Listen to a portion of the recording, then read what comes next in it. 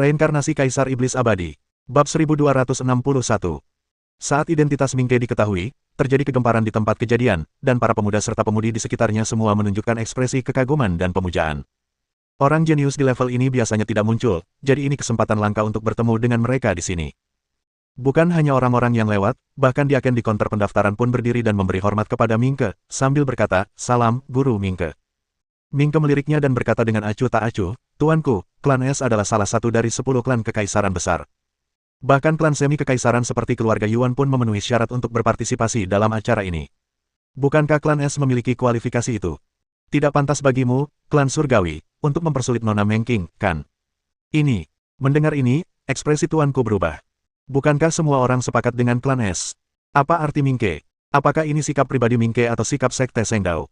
Seolah tahu apa yang dipikirkan penatuaku, Mingke mencibir, "Mulai sekarang, Nona Mengking adalah tamu kehormatan sekte Dao Suci kita. Siapapun yang berani menindas atau mendiskriminasinya berarti menentang sekte Dao Suci kita. Tuan Mingke, apakah Anda yakin bisa mewakili sekte Dao Suci?" Tuanku tampak sangat tidak senang. Mingke jelas-jelas menamparkan wajahnya. Meskipun dia hanya seorang diaken dan tidak dapat dibandingkan dengan Mingke, si jenius jahat, klan surgawi tidak takut pada sekte Dao Suci. Memang benar bahwa sekte Dao Suci juga merupakan kekuatan setingkat kekaisaran, tetapi tidak semua kekuatan setingkat kekaisaran memiliki status yang sama. Para Celestial diakui sebagai pemimpin 10 klan kekaisaran. Fondasi dan kekuatan mereka mungkin bukan yang terkuat, tetapi mereka jelas memiliki sesuatu yang istimewa. Terlebih lagi, dia menduga bahwa Mingke hanya membela Mengking karena motif egoisnya saja karena dia melihat Mengking cantik, dan itu sama sekali bukan niat sekte Dao Suci. "Haha, maaf, aku, Mingke, sungguh bisa mewakili sekte Dao Suci. Jika tetuaku tidak puas, kau bisa melaporkanku kepada ketua sekte." Mingke mencibir dan mengabaikannya. Ia berjalan menghampiri Mengking dengan ramah dan berkata sambil tersenyum hangat, "Saya Mingke dari sekte Dao Suci, senang bertemu Nona Mengking. Aku tidak kenal dengan sekte Sengdaomu, apalagi denganmu." Mengking sedikit mengernyit. Mingke begitu perhatian tanpa alasan, dia pasti punya tujuan lain. Xiao Chen melangkah maju dan berdiri di samping Mengking. Ia melirik Mingke dengan santai dan bertanya dengan tenang, "Zixian yang memberitahumu, kan?" Mengking sedikit tertegun saat mendengar ini, lalu dia tiba-tiba mengerti. Bukankah Zixian anggota sekte Sengdao? Senzu selangkah di belakang mereka dalam menangani monster-monster itu, dan diperkirakan belum mencapai domain bintang abadi, tetapi Zixian mungkin memiliki komunikator di tubuhnya untuk menghubungi sekte atau seseorang, dan dia memberitahu orang-orang dari sekte Dao Suci apa yang terjadi di Senzu. Jadi, Mingke datang. Mingke menatap Xiao Chen dengan heran. Karena Zixian hanya menyebutkan Mengking, yang bertarung sendirian melawan 7 dewa tertinggi keluarga Yuan, melukai 3 di antaranya, dan membunuh Yuanmu, tuan muda keluarga Yuan, dan sama sekali tidak menyebutkan keberadaan Xiao Chen. Faktanya, Zixian tentu saja melihat potensi Mengking yang luar biasa dan ingin sekte Sengdao berteman dengan Mengking. Sedangkan untuk Xiao Chen, Zixian tidak tahu bagaimana menghakiminya, dan pesannya dikirim dengan terburu-buru, jadi dia tidak menyebutkan situasi Xiao Chen. "Jangan khawatir tentang siapa aku. Meskipun agak berlebihan, karena kau sudah maju, anggap saja ini sebagai bantuan yang kami berikan padamu dan akan kami balas nanti."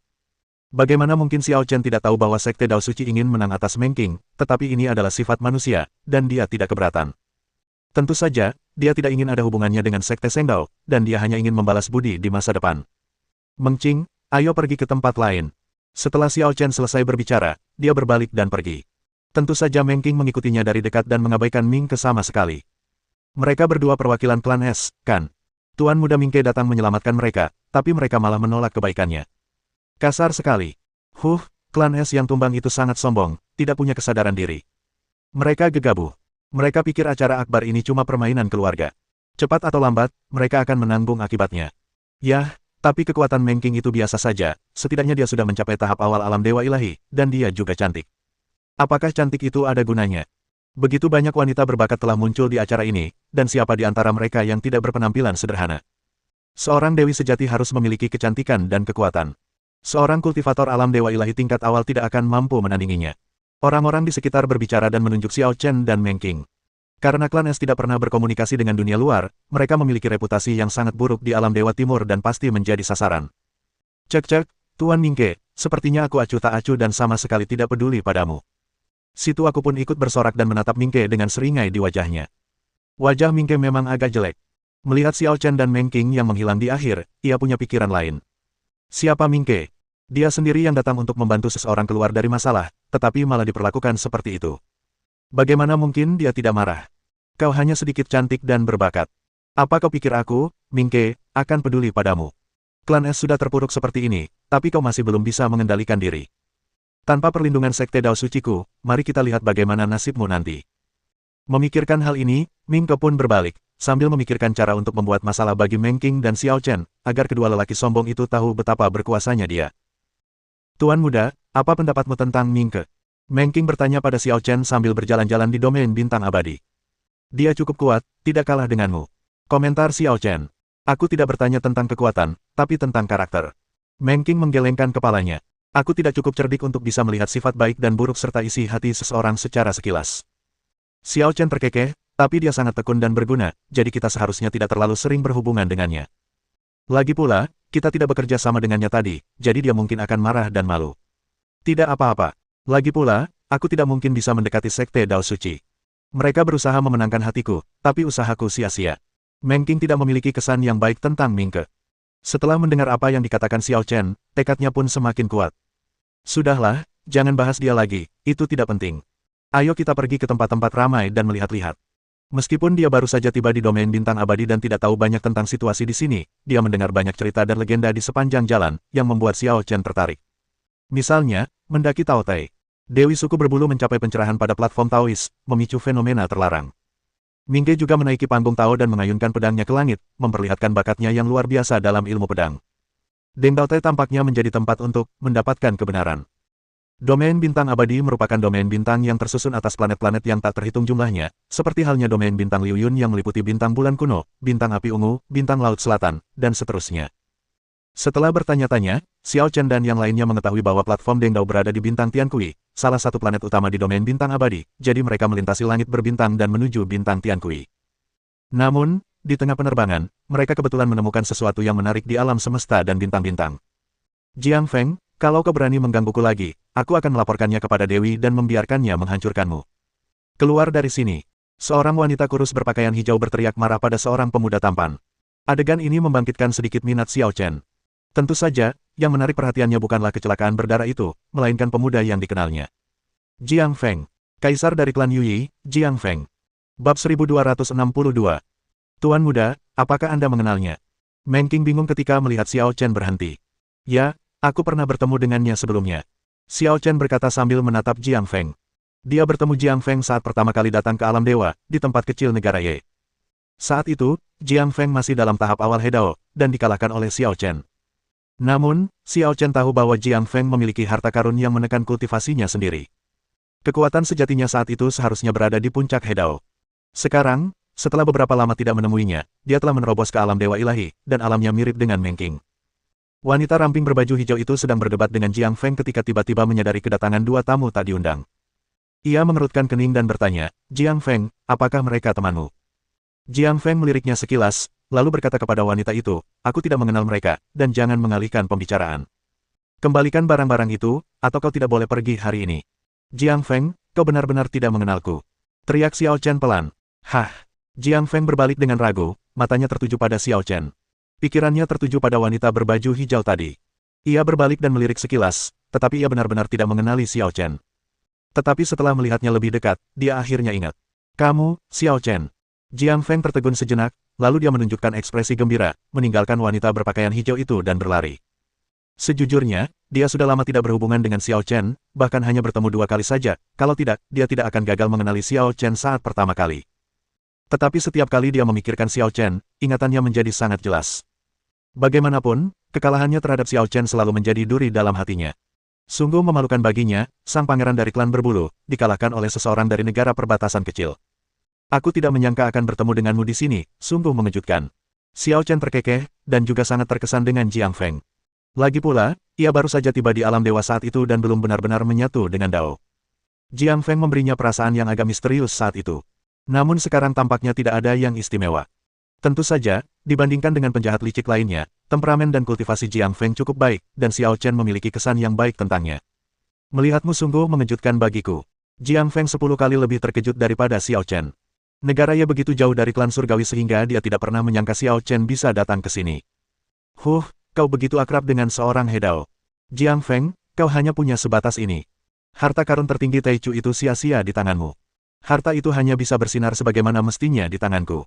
Wanita berpakaian hijau itu berbicara dengan nada meremehkan. Akan tetapi, dia jelas tidak benar-benar meremehkan Xiao Chen, yang selaras dengan Dao, tetapi menemukan alasan untuk mengejek dan mencemooh Jiang Feng, sehingga dia punya alasan untuk tidak mengembalikan harta Taichu. Aku mengambil harta karun primordial dengan persetujuan diam-diam dari Dewi. Jika kau ingin mengambilnya kembali, kau harus melakukannya dengan kekuatanmu sendiri.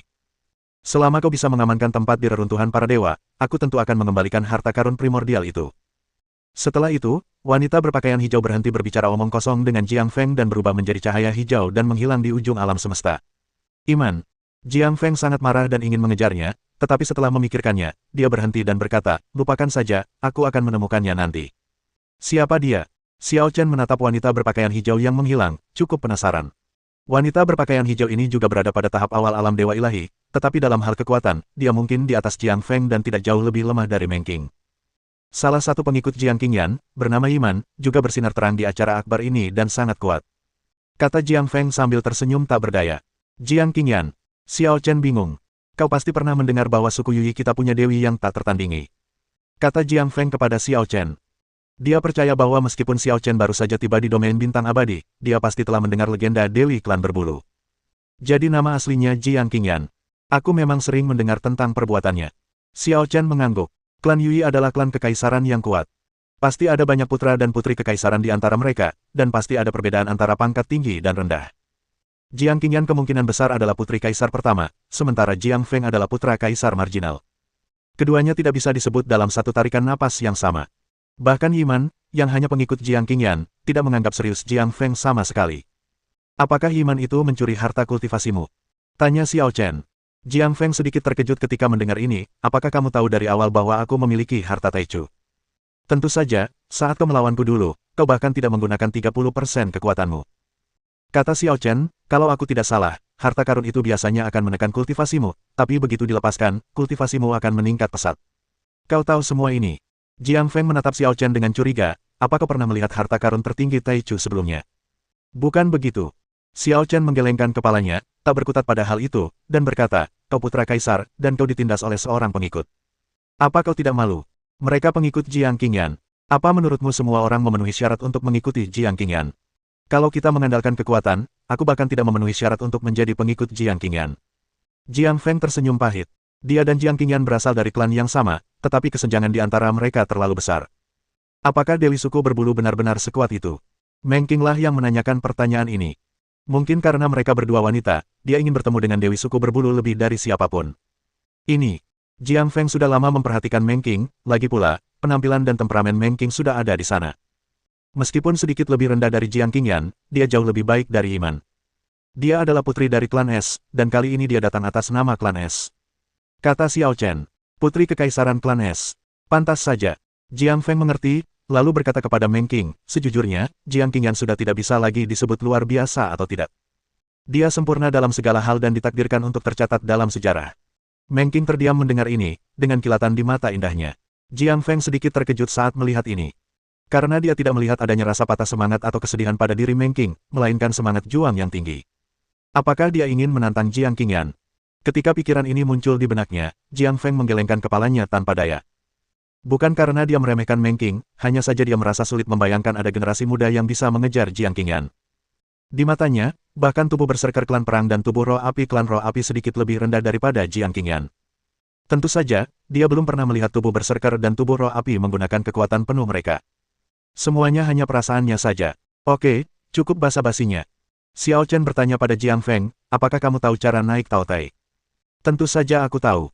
Deng Taotai adalah salah satu dari 3 keajaiban alam bintang abadi, dan dikenal sebagai Laut Aturan Kecil. Kata Jiang Feng, Laut Aturan. Yah, itu lautan aturan di alam Dewa Utara, yang juga dikenal sebagai Laut Terlarang. Konon, disinilah aturan alam dewa berasal. Tapi legenda yang keterlaluan ini cuma iseng-iseng. Jiang Feng tidak meragukan keajaiban Laut Terlarang, namun dia tidak setuju bahwa di sanalah asal-muasal aturan alam ilahi. Dia mengira bahwa sebagian besar rumor tersebut sengaja dibuat oleh orang-orang dari alam Dewa Utara untuk meningkatkan status mereka sendiri. Bab 1263. Jiang Feng bertindak sebagai sopir, membawa Xiao Chen dan Meng Qing ke Tianku Istar dan tiba di Deng Daotai. Deng Daotai sangat terkenal di domain bintang abadi, dan biasanya dikunjungi oleh banyak wisatawan.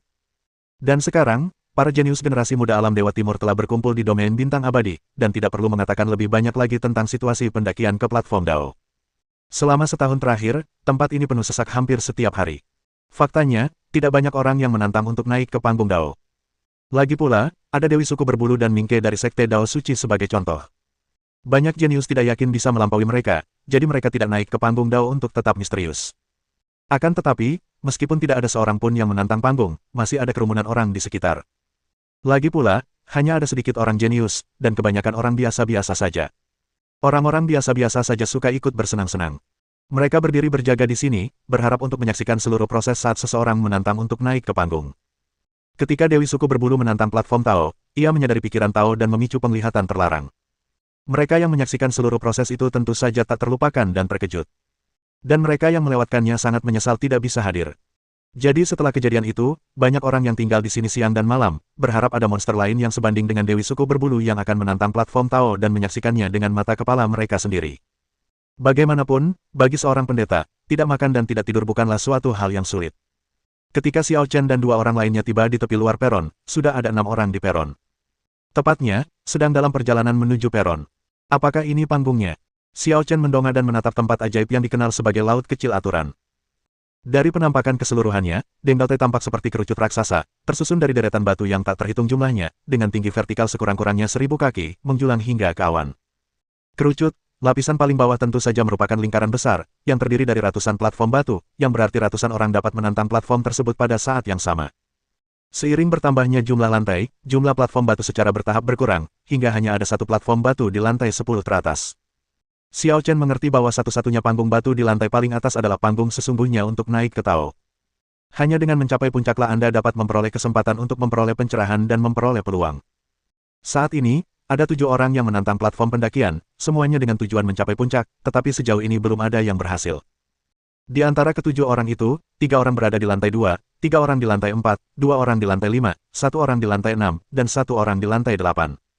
Meskipun platform tersebut tingginya 1000 kaki dan memiliki 10 lantai, dengan setiap lantai tingginya sekitar 100 kaki, tinggi akhirnya hanya 100 kaki. Siapapun yang berkultivasi di alam dewa dapat dengan mudah melompat ratusan atau ribuan kaki. Jadi kalau hanya masalah ketinggian saja, tidak ada yang istimewa dari pendakian ke panggung Tao ini, semua orang bisa mencapai puncaknya. Namun, ketujuh orang yang menantang itu tetap berada di level mereka masing-masing dan tidak terburu-buru mendaki. Sebaliknya, mereka memejamkan mata, seolah menyatu dengan alam, dan seolah menyadari sesuatu. Melirik Xiao Chen dan Meng Qing, Jiang Feng tersenyum dan berkata, "Kalian baru di sini, jadi kalian seharusnya tidak terlalu akrab dengan Deng Daotai, kan?" "Yah, aku tidak begitu familiar dengan itu." Xiao Chen mengangguk dan bertanya pada Jiang Feng, "Apakah kamu pernah menantang Deng Daotai?" "Yah, aku hanya sampai lantai 9 dan tidak bisa melangkah lebih jauh lagi," kata Jiang Feng dengan menyesal. "Apakah ada banyak tekanan di setiap level?" tanya Meng Qing. "Tentu saja, sama seperti ujiannya, setiap level akan memiliki perasaan yang berbeda." Jiang Feng berhenti sejenak, lalu melanjutkan, "Ini bukan hanya tentang menekan kekuatan, tetapi ujian dalam segala aspek, kekuatan, kondisi pikiran, persepsi, dan sebagainya." "Tingkat ke-9, itu pasti hasil yang sangat bagus, kan?" kata Meng Qing. "Tidak." Jiang Feng tersenyum pahit dan menggelengkan kepalanya, "Tingkat ke-9 adalah hasil yang sangat buruk." "Bukankah totalnya hanya ada 10 lantai?" Meng Qing bertanya-tanya. "Totalnya cuma 10 tingkat, tapi rasanya percuma kalau aku tidak mencapai tingkat ke-10. Xiao Chen menatap puncak panggung dan berkata sambil berpikir, 9 tingkat pertama hanyalah akumulasi. Tingkat ke-10 adalah tempatmu bisa mendapatkan pencerahan dan kesempatan. Kau bisa menebaknya." Jiang Feng menatap Xiao Chen dengan heran, bertanya-tanya apakah Xiao Chen pernah mengetahui karakteristik Deng Daotai sebelumnya. "Tidak sulit untuk menebaknya." Xiao Chen tersenyum tipis. "Tuan, apa maksudmu?" Meng Qing tampak bingung, seolah-olah dia masih belum begitu mengerti. "Tuan muda." Jiang Feng menatap Meng Qing dengan aneh, "Kau dan dia. Jika hubungannya tidak dekat, memanggilnya Tuan Xiao dianggap sebagai gelar yang terhormat. Kalau saja mereka saling kenal dan seumuran, seharusnya mereka memanggil Xiao Chen dengan namanya saja, seperti yang dilakukannya. Namun Meng Qing memanggilnya Tuan Muda secara langsung, dan dengan sikap rendah hati yang halus, yang membuat Jiang Feng merasa bahwa hubungan mereka tidak biasa. "Saya adalah pelayan Tuan Muda." Meng Qing menjawab tanpa ragu dan sangat alami. "Pelayan?" Jiang Feng begitu terkejut hingga rahangnya ternganga, pikirannya kacau, "Bukankah kau putri kaisar klan Es? Putri kaisar juga bisa menjadi pelayan," kata Meng Qing. "Jiang Feng, putri klan Es adalah pembantu Xiao Chen. Nima ini." Meskipun klan Es telah menurun dan tidak dapat dibandingkan dengan klan berbulu, dan bahkan lebih rendah daripada beberapa klan kuasi kekaisaran, setidaknya ia memiliki gelar salah satu dari 10 klan kekaisaran teratas dan memiliki warisan kuno. Di mana Xiao Chen? Xiao Chen hanyalah seorang He Dao. Ia kalah dari Xiao Chen karena kultivasinya ditekan oleh harta karun tertinggi Taichu. Jika hari ini, meskipun harta karun primordialnya telah diambil oleh Yiman, namun tingkat kultivasinya telah mencapai alam dewa ilahi, Xiao Chen seharusnya tidak menjadi lawannya. Tetapi mengapa putri klan Es, yang kekuatannya tidak kalah darinya, menjadi pelayan Xiao Chen? Dan tidak ada sedikit pun rasa enggan, itu merupakan penyerahan diri sepenuhnya kepada Xiao Chen. Xiao Chen, maukah kau menjelaskannya padaku? Jiang Feng menatap Xiao Chen dengan curiga, selalu merasa ada yang mencurigakan. Xiao Chen mengabaikannya dan menjelaskan kepada Meng Qing, 9 tingkat pertama tahap Tao hanyalah proses akumulasi. Apapun yang kau pahami di 9 tingkat pertama tidak dapat langsung digunakan. Hanya ketika kau mencapai tingkat ke-10, kau dapat mengintegrasikan semua yang telah kau pelajari sebelumnya dan beresonansi dengan aturan tahap Tao. Menurut perkiraanku, tidak banyak orang yang bisa mencapai lantai 10, tetapi jumlahnya pasti tidak akan berkurang. Siapapun yang sedikit lebih baik dari Jiang Feng pasti bisa. Namun, meskipun lantai 10-nya sama, hal-hal yang mereka pahami berbeda, dan aturan serta fenomena yang mereka picu pada akhirnya akan sangat berbeda. Setelah penjelasan Xiao Chen, Meng Qing tampaknya mengerti. Meskipun Jiang Feng agak kesal karena Xiao Chen menggunakannya sebagai indikator, ia mengangguk dan berkata, hampir benar. Dalam acara akbar ini, cukup banyak orang yang mampu mencapai lantai 10. Namun, di lantai 10 yang sama, beberapa orang hanya bergejolak, sementara yang lain dapat memicu fenomena aneh di langit dan bumi, bahkan menghasilkan fenomena terlarang seperti Jiang Qingyan. Mendengar ini, Meng Qing mendongak ke arah peron dan bersemangat untuk mencoba. Xiao Chen tahu apa yang ada di pikirannya dan berkata dengan lembut, jangan terburu-buru, mari kita lihat situasi orang-orang di atas dulu. Ya, aku mengerti. Jawab Meng Qing, matanya sudah tertuju pada pemuda berbaju ungu di lantai 8. Jika perkiraannya benar, pemuda berbaju ungu ini pasti bisa mencapai lantai 10. Xiao Chen juga mengamati pemuda berjubah ungu dan bertanya dengan santai, Jiang Feng, apakah kamu kenal orang di lantai 8? Aku tidak ada hubungannya dengan dia, tapi aku tahu informasinya. Kata Jiang Feng, dia bukan berasal dari alam Dewa Timur. Dia berasal dari alam Dewa Nirvana yang paling kacau di alam Dewa 4 arah, dan sekarang dia telah bergabung dengan klan perang. Setelah jeda, Jiang Feng sepertinya teringat sesuatu yang menarik dan berkata sambil tersenyum, kekuatan yang awalnya dia ikuti dulunya terkenal, dan namanya juga sangat aneh, disebut 12 Istana Jiwa Naga. Xiao Chen baru saja melihat bahwa pemuda berbaju ungu itu berada jauh di depan dan berpikir bahwa dia pasti akan mencapai puncak lantai ke-10 nanti, jadi dia bertanya dengan santai, bukan karena dia menganggapnya serius. Ketika Xiao Chen mendengar kata-kata, Istana Jiwa Naga 12, wajahnya langsung berubah dan dia menatap Jiang Feng dengan saksama, apa yang barusan kamu katakan? Bab 1264. Jiang Feng hanya berpikir jarang ada yang menamai suatu kekuatan dengan nama 12 Istana Jiwa Naga, jadi dia menyebutkannya. Dia tidak pernah menyangka Xiao Chen akan bereaksi sekuat itu. Hal yang sama berlaku untuk Meng Qing di sebelahku. Ini pertama kalinya dia melihat Xiao Chen bereaksi seperti ini. Tuan, apakah Anda tahu 12 Istana Jiwa Naga? Klan Es tidak berkomunikasi dengan dunia luar, dan Meng Qing tidak pernah keluar, jadi dia belum pernah mendengar tentang 12 Istana Jiwa Naga. Namun dia mengerti Xiao Chen. Reaksi Xiao Chen menunjukkan bahwa 12 Istana Jiwa Naga ini tidak biasa. Jiang Feng, masalah ini sangat penting bagiku, kau harus menceritakan semuanya padaku. Nada bicara Xiao Chen sangat serius. Bagaimana mungkin dia tidak mengetahui 12 Istana Jiwa Naga? Seperti yang dipikirkan Jiang Feng, nama Dragon Soul 12 Palaces sangat istimewa, tetapi kemungkinan memiliki nama yang sama sangat kecil.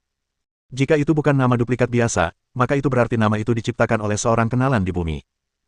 Namun, untuk membangun kekuatan di alam dewa dan menumbuhkan seorang jenius seperti pemuda berpakaian ungu, yang berada di tingkat putra kaisar dan berada di tahap awal alam dewa berdaulat, seseorang setidaknya membutuhkan kekuatan seorang kaisar dewa dan sumber daya yang besar, bukan? Selain dia, siapa lagi di bumi yang memiliki kekuatan seperti itu? Jiang Feng tidak mengerti apa yang sedang terjadi, tetapi melihat Xiao Chen begitu serius, ia tidak berani gegabah dan berkata, 12 Istana Jiwa Naga didirikan sekitar 40 tahun yang lalu. Hanya dalam 10 tahun, mereka mengukir nama di alam Dewa Nirvana dan diakui oleh semua kekuatan di alam Dewa Nirvana. Namun, hanya 5 atau 6 tahun yang lalu, 12 Istana Jiwa Naga tiba-tiba dikepung oleh 3 kekuatan setingkat kaisar di alam Dewa Nirvana. Para penguasa di istana itu tewas, terluka, atau melarikan diri, dan mereka tak pernah pulih sejak saat itu.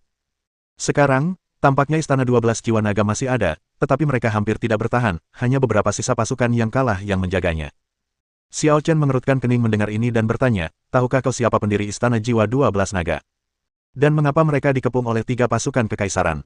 Aku tidak tahu soal itu. Jiang Feng menggelengkan kepalanya. Meskipun Istana 12 Jiwa Naga sudah terkenal di alam Dewa Timur selama beberapa waktu, mereka baru berdiri beberapa dekade dan jauh dari sebanding dengan pasukan kekaisaran. Jadi aku hanya mendengar beberapa berita sesekali, tapi tidak terlalu memperhatikannya, apalagi memeriksa latar belakang mereka. Setelah jeda, Jiang Feng menunjuk pemuda berpakaian ungu di atas panggung dan berkata, namanya Zijue. Sebelum bergabung dengan klan perang, dia berasal dari 12 Istana Jiwa Naga. Jika kalian ingin tahu informasi tentang 12 istana jiwa naga, lebih tepat bertanya kepadanya. Dia pasti tahu segalanya. Kau seharusnya bisa melihat bahwa dia lebih kuat dariku. 90% ketenaran istana jiwa naga 12 berkat dia. Lagi pula, hampir tak terbayangkan bahwa sebuah kekuatan yang baru berdiri beberapa dekade bisa melahirkan seorang jenius setingkat putra kaisar. Mencapai alam dewa hanya dalam beberapa dekade. Meng Qing merasa itu agak absurd. Kalau itu adalah praktik biasa, betapapun melimpahnya sumber daya, hal itu tidak akan mungkin tercapai. Lagi pula, sebagai putri dari klan Es, dia sangat berbakat dan bahkan setelah mencurahkan seluruh sumber dayanya untuk berkultivasi, masih butuh waktu 500 tahun baginya untuk mencapai puncak Hedao. Di dunia dewa, mereka yang berusia ribuan tahun dapat dianggap sebagai generasi muda. 500 tahun sudahlah merupakan waktu yang sangat singkat. Dan jika tidak ada kesempatan, tidak diketahui berapa lama waktu yang dibutuhkan untuk menerobos alam Tuhan ilahi. Terlebih lagi, fondasi Zijue jelas sangat kokoh. Dia adalah seorang jenius luar biasa yang dapat bertarung di berbagai level. Bagaimana bisa tumbuh sampai titik ini hanya dalam beberapa dekade? Satu-satunya penjelasan adalah bahwa Zijue telah menerima warisan yang sangat kuat. Mungkinkah warisan ini menjadi alasan mengapa istana 12 jiwa naga dikepung? Jiang Feng, apakah Zijue bergabung dengan klan perang sebelum atau sesudah pengepungan istana 12 jiwa naga? Xiao Chen tiba-tiba bertanya. Ketika Meng Qing mendengar ini, dia langsung tahu bahwa Xiao Chen juga memikirkan apa yang baru saja dipikirkannya. Jika Zijue telah membelot untuk bergabung dengan klan perang sebelum istana jiwa 12 naga dikepung, maka mungkin saja Zijue mengkhianati istana jiwa 12 naga dan mengungkapkan informasi warisan, yang menyebabkan pengepungan 3 pasukan kekaisaran. Sepertinya. Setelah itu, kata Jiang Feng, Zijue baru bergabung dengan klan perang 2 tahun yang lalu. Saat itu, istana 12 jiwa naga sudah lama mengalami kemunduran. Apakah aku salah? Gumam Meng Qing. Belum tentu. Xiao Chen berpikir sejenak dan berkata, jika mereka mengkhianati istana 12 jiwa naga lebih awal, itu akan terlalu mencolok. Semua orang akan tahu bahwa Zijue lah yang mengkhianati istana 12 jiwa naga. Tidak ada orang pintar yang akan melakukan itu. Lalu kau tidak punya bukti untuk membuktikan bahwa Zijue jelas seorang pengkhianat. Istana 12 jiwa naga sedang merosot, dan wajar saja jika dia mencari tempat yang lebih baik untuk melanjutkan studinya. Kau tidak bisa mengatakan dia salah. Jiang Feng merasa bahwa Xiao Chen memiliki prasangka dan berprasangka buruk terhadap Zijue. Xiao Chen melirik Jiang Feng dan bertanya, jika kamu adalah salah satu dari 3 pasukan setingkat kaisar yang mengepung istana 12 jiwa naga, setelah hampir menghancurkan istana 12 jiwa naga, apakah kamu akan melepaskan seorang jenius dengan potensi tak terbatas seperti Zijue? Hei, sepertinya masuk akal. Kenapa Zijue baik-baik saja dan berhasil bergabung dengan klan perang? Jiang Feng juga menyadari ada yang tidak beres. Untuk memotong rumput, Anda harus mencabut akarnya, kalau tidak akan ada masalah yang tak berkesudahan. Sekalipun kita tidak dapat membasminya, setidaknya kita dapat menghancurkan Zijue, bukan? Bukankah Zijue ada di sana saat itu? Atau mungkin, lupakan saja. Lagi pula, kita hanya menebak. Semasuk akal apapun dugaan kita, tidak ada buktinya. Lebih baik kita tanyakan langsung padanya nanti. Xiao Chen tidak ragu lagi. Ngapain banyak tebak-tebakan? Tanya saja langsung orangnya, nanti kamu juga tahu. Tanyakan saja langsung padanya apakah dia pengkhianat. Akankah dia mengatakan yang sebenarnya? Akankah dia memperhatikanmu? Gumam Jiang Feng, mengira Xiao Chen sedang melamun. Karena keduanya berada di tahap awal alam dewa ilahi, Zijue jelas lebih unggul daripada Jiang Feng. Tak lama kemudian, ia melangkah dari tingkat ke-8 ke tingkat ke-9 platform Dengdao. Duke ungu ini benar-benar tangguh.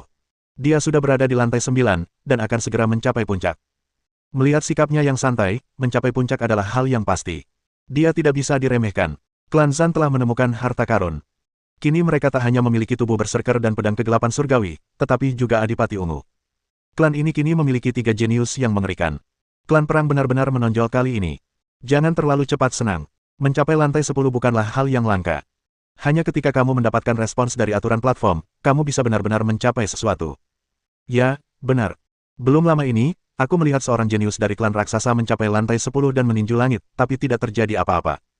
Aku terhibur sekali. Aku juga ada di sana hari itu. Pangeran raksasa itu sangat malu, dan dia melarikan diri karena malu. Jika semua jenius dalam acara ini dibagi menjadi 100 orang, 70% dari mereka tidak akan mampu mencapai lantai ke-10. Meskipun 30% sisanya dapat mencapai puncak, hanya sekitar 10% yang dapat mematuhi aturan platform. Dan di antara 10% itu, ada yang baik dan ada yang buruk. Semakin keras aturannya, semakin baik hasilnya dan semakin luar biasa pemahamannya. Jadi jika hanya mencapai puncak, tidak ada yang perlu diherankan. Aku datang ke Taotai. Seperti yang diharapkan semua orang, Zijue berdiri teguh di lantai 9 dan segera bergegas ke lantai 10. Bab 1265. Lantai 10. Baiklah, kalau begitu kita tunggu saja tanggapan dari pengurus panggung. Aku penasaran bagaimana penampilan Zijue pada akhirnya. Semua orang menantikannya. Tidak mengherankan Zwe mencapai puncak. Yang dikhawatirkan orang-orang adalah langkah selanjutnya dan yang paling penting. Pada saat itu, Dewi Klan Berbulu memicu fenomena terlarang di panggung, menyebabkan tatanan panggung menjadi tidak seimbang untuk sementara waktu. Ribuan kaki cahaya merah muda menyelimuti dirinya, dan jalan bergemuruh, menyebabkan seluruh dirinya mencapai sublimasi yang luar biasa. Mingke sedikit lebih rendah darinya, tetapi dia juga menggunakan cahaya ilahi 9 surga untuk mengasah ilmu pedangnya, dan ilmu pedangnya juga sangat tersublimasi. Jadi begitu. Setelah Zijue mencapai lantai 10, ia langsung menyadari sesuatu. Pikirannya jernih bak cermin, dan ia membenamkan diri sepenuh hati dalam ritme Tao yang tak terlukiskan. Sesaat kemudian, dia tiba-tiba membuka matanya, dan kekuatan warisan mengalir deras dalam tubuhnya. Kekuatan ini bukanlah kekuatannya yang terkuat, tetapi merupakan kekuatan yang paling hakiki, yang mengandung hati Tao, sajak Tao, dan prinsip-prinsip Tao. Hukuman surgawi Dao Naga. Dengan teriakan yang dalam, bayangan naga keluar dari tubuhnya dan melesat langsung ke langit. Tiba-tiba, seekor naga muncul dengan kekuatan ilahi, dan aturan-aturan platform Tao pun bereaksi. Langit mulai berguncang hebat, dan cahaya kemerahan menyelimuti tubuh Zijue, seolah-olah sedang melunakkan Tao-nya. Zijue memejamkan matanya lagi dan menikmatinya, menyerap aturan-aturan itu ke dalam dirinya. Pada saat ini, dia juga mengalami sublimasi, dan kekuatan warisan memancar keluar tanpa henti. Ya Tuhan, visi sebesar ini tidak sederhana, bukan? Meskipun dia tidak sehebat Dewi Berbulu, dia sudah mampu bersaing dengan Mingke. Meskipun sedikit lebih lemah dari Mingke, dia lebih dari cukup untuk mengalahkan yang lain. Aku telah meremehkan Zijue. Dia jenius dengan potensi tak terbatas. Pantas saja klan Zan sangat menghargainya. Mengapa aku merasakan aura Zijue melonjak? Apakah ada tanda-tanda terobosan? Terobosan? Mustahil. Deng Daotai hanyalah tempat untuk memahami hati Dao. Mungkin ada kesempatan untuk menyublimkan keterampilan unik seseorang. Misalnya, Mingke menyublimkan hati pedang dan keterampilan pedangnya, tapi kurasa belum pernah mendengar ada orang yang langsung meningkatkan kultivasinya di Deng Daotai. Tidak, dia benar-benar akan menerobos. Tiba-tiba seseorang berteriak. Pada saat ini, aura Zijue di panggung Tao naik ke puncak, dan kekuatan warisan menerobos belenggu. Ledakan. Aura serigala yang mengamuk meledak, dan siapapun bisa merasakannya. Zijue telah memasuki tahap tengah alam Dewa Ilahi sejak tahap awal, dan kekuatannya setidaknya telah berlipat ganda. Benarkah sebuah terobosan? Ini pertama kalinya aku melihat seseorang menembus platform Tao. Apakah itu termasuk membuat sejarah? Meskipun tampaknya aku tidak seaktif Dewi dan Mingke, manfaat yang kudapatkan tidak kalah dari mereka berdua. Zijue ini tidak sederhana. Banyak jenius tersembunyi yang tampak hikmat. Faktanya, jika Zijue ditempatkan di klan kekaisaran, kekuatan aslinya hanya dapat menduduki peringkat 5 teratas. Dengan begitu banyak pasukan setingkat kekaisaran berkumpul bersama, dan masing-masing dari mereka mengirimkan 5 pemain terbaiknya, Zijue akan hilang begitu saja di antara kerumunan dan tidak akan terlalu terlihat. Namun, kali ini dengan terobosannya ke Daotai, kultivasi dan kekuatan tempurnya telah meroket, dan dia mungkin dapat menantang para jenius di eselon pertama. Nama Zijue pasti akan mencapai puncak yang sangat tinggi setelah ini. Hehehe, perjalanan ke platform Tao ini tidak sia-sia.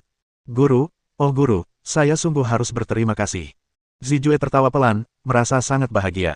Selamat, saudara Zijue. Debutmu di panggung Taois kali ini sungguh memukau.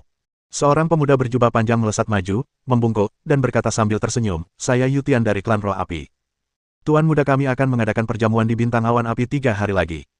Kira-kira, apakah saudara Zijue berkenan hadir? Ketika semua orang yang hadir mendengar ini, ekspresi mereka berubah, dan mereka berpikir bahwa reaksi Yutian sangat cepat. Bukankah Tuan Muda dari klan Roh Api adalah orang yang memiliki tubuh Roh Api yang setenar Dewi klan berbulu seperti yang dikabarkan? Bagaimana mungkin orang seperti itu bisa menyadari Zijue sejak awal? Pastilah Yutian melihat penampilan Zijue yang luar biasa dan berinisiatif mengundang Zijue, dengan harapan dapat memenangkan hati Zijue bagi Tuan Mudanya. Tetapi Tuan Muda dari klan Roh Api pasti akan mendukung penegasan diri semacam ini. Haha, saudara Yutian, kau terlalu sopan. Aku sudah lama mengagumi Tuan Muda klan Roh Api. Aku pasti akan menepati janjiku dalam 3 hari. Zijue setuju sambil tersenyum. Meskipun dia tidak berniat mendekati klan Roh Api, akan kurang bijaksana jika menolak dan menyinggung Tuan Muda klan Roh Api. Terlebih lagi, penampilannya sangat baik. Jika dia menolak Yutian, pasti akan ada lebih banyak orang yang datang untuk mengundangnya. Akan lebih baik untuk menyetujui Yutian dari awal dan menyingkirkan ide-ide orang lain. Kalau begitu, Yutian dan Tuan Muda akan menunggumu di Bintang Huoyun. Yutian sangat gembira setelah mengundang Zijue, dan pergi dengan tergesa-gesa, mungkin untuk menyampaikan pesan kepada Tuan Muda Huoling. Semuanya, Zi ada urusan lain yang harus dilakukan, jadi aku pergi dulu. Zijue mengatakan sesuatu, lalu pergi dengan cepat, tidak ingin menimbulkan masalah lebih lanjut. Lagi pula, dia sekarang secara nominal adalah anggota klan perang. Klan perang memiliki tubuh berserker, yang tidak lebih lemah dari Tuan Muda klan Roh Api dan Dewi Berbulu. Tidak perlu pergi jauh-jauh dan mencari bantuan orang lain. Banyak orang yang hadir ragu-ragu sejenak, dan karena mereka tidak dapat lagi melihat Zijue, mereka tidak dapat menahan perasaan menyesal dan sedih di hati mereka. Jika aku selangkah lebih awal, aku mungkin punya kesempatan untuk menang atas Zijue. Zijue menghindari semua orang dan meninggalkan Tian Kui Star sendirian. Meskipun ia bergabung dengan klan Zan, hubungannya dengan para jenius klan Zan biasa saja. Selain itu, karena ia membawa kekuatan warisan, ia takut dicemburui, jadi ia selalu pergi sendiri dan bahkan tidak bepergian dengan siapapun ketika menantang platform Dao. Tepat saat ia melintasi langit berbintang dan bermaksud kembali ke istananya, ia dicegat oleh 3 tamu tak diundang. Anda. Zijue mengira mereka bertiga juga ada di sini untuk berteman, dan ekspresinya langsung menjadi agak tidak senang. Tingkah lakunya barusan sama saja dengan menunjukkan sikapnya yang tidak mau dirayu orang lain. Siapapun yang memiliki sedikit akal sehat akan tahu bahwa mereka tidak boleh mengganggunya saat ini. Apakah ketiga orang ini tahu bagaimana harus bersikap? Saudara Zwe, saya Jiang Feng dari klan berbulu. Jiang Feng melangkah maju dan menyapanya untuk menunjukkan keramahannya. Ia merasa jika Xiao Chen ingin mempertanyakan Zijue, akan lebih baik jika ia sendiri yang melakukannya. Lagi pula, Xiao Chen tidak terkenal, dan kultivasinya hanya setingkat He Dao, jadi Zijue pasti tidak akan memberinya muka. Aku kenal Dewi suku Yuyi, tapi aku belum pernah mendengar tentangmu, Jiang Feng. Zijue mencibir dan berkata dengan tidak sabar, pergi. Jangan membuatku marah. Jiang Feng sedikit marah ketika mendengar ini, tetapi lebih seperti merasa tidak berdaya. Lagi pula, kekuatannya tidak cukup.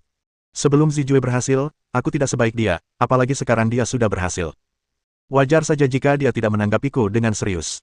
Apakah kamu dari 12 istana jiwa naga? Xiao Chen melangkah maju, menatap Zijue dan berkata, aku ingin bertanya sesuatu tentang 12 istana jiwa naga. Ketika Zijue mendengar tentang 12 istana jiwa naga, raut wajahnya berubah drastis, seolah ada sesuatu yang menyentuh area terlarangnya. Ia lalu berteriak dengan marah, seorang He Dao gabungan, saja sudah memenuhi syarat untuk bertanya padaku. Enyahlah. Teriakan itu, dipadukan dengan kekuatannya yang dahsyat dan mendominasi, bagaikan kekuatan seekor naga yang turun dari langit, mengguncang seluruh alam semesta. Di sampingnya, Jiang Feng hanya merasakan gendang telinganya pecah, dan dadanya seperti dihantam keras oleh seseorang. Saat darahnya melonjak, tubuhnya tak kuasa menahan diri untuk mundur dengan keras. Sangat menakutkan. Jiang Feng ketakutan. Dia adalah putra kaisar, tetapi dia tidak tahan dengan tekanan teriakan orang lain. Seberapa kuat Zijue ini setelah terobosannya? Tidak bagus. Jika dia sendiri seperti ini, apa yang harus dilakukan Xiao Chen? Dia tiba-tiba mendongak, ingin melihat apakah Xiao Chen terluka. Namun, saat berikutnya, ia melihat pemandangan yang mengubah persepsinya. Xiao Chen, yang berada di tengah kekuatan naga, tidak terluka sama sekali. Sebaliknya, ia dengan lembut mengangkat tangan kanannya dan menamparnya. Peng! Zijue yang tampaknya dirasuki Dewa Naga dan sekuat monster dalam pikirannya, bahkan tidak sempat bereaksi sebelum ditampar ratusan kaki. Bab 1266. Ya Tuhan, apakah aku sedang bermimpi? Jiang Feng tidak tahu lagi kata-kata apa yang harus digunakan untuk mengungkapkan perasaannya saat ini. Xiao Chen, yang bernama He Dao, dengan santai menamparkan Zijue, yang baru saja tampil mengagumkan di panggung Deng Dao dan menerobos ke tahap tengah alam Dewa Ilahi, dan mengirimnya terbang. Bagaimana ini bisa terjadi? Dia pernah bertarung dengan Xiao Chen sebelumnya, dan memang dikalahkan oleh Xiao Chen saat itu, tetapi karena kultivasinya ditekan, dia tidak berpikir bahwa dia lebih buruk dari Xiao Chen. Saat dia pergi, dia meninggalkan pesan yang mengatakan bahwa jika mereka bertemu lagi, dia pasti akan mengalahkan Xiao Chen dengan kekuatan aslinya. Kali ini, dia bertemu Xiao Chen, tetapi dia telah menerobos ke alam Dewa Ilahi, sedangkan Xiao Chen masih di alam Dao, jadi dia tidak berniat melawan Xiao Chen lagi. Karena menurutnya, alam Raja Dewa akan selalu menghancurkan alam He Dao, dan tidak ada rasa pencapaian dalam menindas Xiao Chen. Namun, pada saat ini, dia menyadari betapa konyolnya dia. Dalam keadaan linglung, dia menatap Meng Qing lagi, yang selalu memasang ekspresi dingin, dan tampak tidak terkejut sama sekali dengan penampilan Xiao Chen. Tidak heran, Jiang Feng mengerti. Bagaimana bisa begitu mudah membuat putri seorang kaisar rela menjadi budak. Zijue ditampar hingga ratusan kaki oleh Xiao Chen. Xiao Chen mengejarnya dan mendarat di depan Zijue yang masih kebingungan. Bisakah kita bicara dengan baik sekarang? Xiao Chen tidak berani menyimpulkan hubungan antara Zijue dan Istana Jiwa 12 Naga, jadi dia bertanya dengan tenang. Tanpa diduga, Zijue menghampirinya dan bersikap arogan, lalu menyuruhnya keluar. Tentu saja dia tidak menolak untuk bersikap sopan. Kamu, siapa kamu? Zijue kembali sadar, wajahnya dipenuhi kengerian. Ia baru saja menembus tahap tengah alam Dewa Ilahi dan merasa sangat bangga. Namun, seorang anak laki-laki setengah dewasa melompat keluar dan menamparkan wajahnya, membuatnya pusing dan harga dirinya hancur berkeping-keping. Terlebih lagi, ketika dia mendengar tentang 12 istana jiwa naga, dia sangat marah. Melihat Xiao Chen adalah seorang He Dao, dia meremehkannya dan melepaskan 80% kekuatan naganya. Menurut perkiraannya, bahkan seorang dewa ilahi tingkat awal setingkat putra kaisar akan merasa sulit menahan kekuatan naga itu. Jiang Feng adalah sebuah contoh. Oleh karena itu, tamparan Xiao Chen setara dengan menghancurkan kekuatan naganya dengan keras, lalu memukulnya. Seberapa mengerikankah kekuatan ini? Bahkan tubuh berserker dari klan perang mungkin tidak memiliki kekuatan semacam ini, bukan? Jangan khawatir tentang siapa aku. Aku hanya bertanya beberapa hal. Jika kau menjawab dengan baik, aku tidak akan mempersulitmu. Kata Xiao Chen dingin, tapi jika kau menyembunyikan sesuatu, kau harus tahu konsekuensinya. Ini, kamu bertanya. Zijue hanya bisa setuju. Siapakah pendiri 12 istana jiwa naga? Inilah pertanyaan yang paling dikhawatirkan Xiao Chen. Zijue ragu sejenak dan bertanya dengan rasa ingin tahu, mengapa kamu begitu khawatir tentang 12 istana jiwa naga?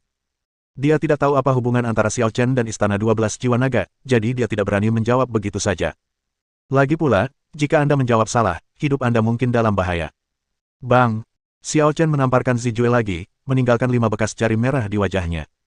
Ia berkata dengan nada menghina, jangan jawab pertanyaan yang tidak relevan. Jawab saja apapun yang kutanyakan. Zijue belum pernah mengalami penghinaan seperti itu sebelumnya, dan tentu saja sangat marah. Namun dia tidak berani menunjukkannya, dan hanya berpura-pura sangat ketakutan dan berkata, pendiri istana 12 jiwa naga adalah tuanku, namanya Duan Qingchang. Duan Qingchang. Xiao Chen sedikit terkejut. Benar saja, nama 12 istana jiwa naga bukanlah suatu kebetulan. Nama itu sebenarnya diciptakan oleh Duan Qingchang. Saya ingat terakhir kali saya melihat Duan Qingchang adalah di dunia kultivasi. Setelah mengalami penghinaan, Duan Qingchang tidak patah semangat. Sebaliknya, ia melihat dunia yang luas, terpesona olehnya, dan bertekad untuk menempuh jalannya sendiri. Xiao Chen tidak menghentikannya dan membiarkannya menjelajahi langit berbintang sendirian. Dia melihat tekad yang kuat dalam diri Duan Qingchang dan yakin bahwa selama dia tidak mati, dia pasti akan mencapai sesuatu. Namun dia tidak pernah menyangka bahwa dalam waktu sesingkat itu, Duan Qingchang telah muncul di alam dewa dan menciptakan 12 istana jiwa naga di alam dewa nirvana. Apa tingkat kultivasi gurumu? Xiao Chen bertanya lagi. Guru pernah menjadi kaisar ilahi tingkat 9, tetapi 6 tahun yang lalu beliau dikepung oleh puluhan kaisar ilahi, terluka parah, melarikan diri, dan sekarang hilang. Ujar Zijue dengan nada sedih. Xiao Chen mencibir dalam hatinya, jelas bahwa kesedihan Zijue palsu. Dia mungkin tidak dapat melihat secara langsung apa yang ada dalam pikiran seseorang, tetapi dia tidak dapat menyembunyikan fluktuasi emosinya. Dari sudut pandang ini, Zijue kemungkinan besar adalah seorang pengkhianat. Tingkat ke-9 Kaisar Ilahi. Xiao Chen bergumam pada dirinya sendiri. Dengan tingkat kultivasinya yang tinggi, dia bisa digolongkan sebagai yang terbaik di seluruh alam Dewa Timur. Mustahil untuk mencapai level ini hanya dalam beberapa ratus tahun. Pasti ada semacam petualangan. Tuan muda, apakah Anda kenal Duan Qingchang ini? Tanya Meng Qing. Yah, Istana 12 jiwa naga dan aku punya hubungan. Xiao Chen berpikir sejenak dan berkata, Meng Qing, aku ingin pergi ke alam nirvana. Lalu aku. Meng Qing jelas ingin mengikutinya. Namun Xiao Chen menggelengkan kepalanya dan berkata, kau harus tetap di domain bintang abadi. Kekuatanmu saat ini hanya sebanding dengan adipati ungu ini, dan jauh lebih rendah daripada para jenius yang disebutkan di atas. Namun, potensimu tak tertandingi oleh siapapun. Acara ini adalah kesempatan besar bagimu untuk memaksimalkan potensimu. Mendengar ini, Meng Qing mengangguk dengan sungguh-sungguh dan berkata, baiklah, meskipun aku tidak sebaik mereka saat ini, aku pasti akan melampaui mereka. Senang sekali punya semangat juang. Xiao Chen tersenyum lega, lalu berbalik ke arah Zijue dan berkata, bangun, bawa aku ke 12 istana jiwa naga. Kau benar-benar akan pergi. Ekspresi Zijue berubah. Xiao Chen tahu apa yang dipikirkannya dan mencibir, ini kesempatan yang diberikan kepadamu. Tergantung apakah kamu bisa memanfaatkannya. Baiklah, tapi aku terluka parah dan tidak bisa terbang dalam waktu lama atau cepat. Kata Zijue, Tuan, pesawat ruang angkasa ini untuk Anda. Meng Qing memanggil pesawat ruang angkasa itu. Naik.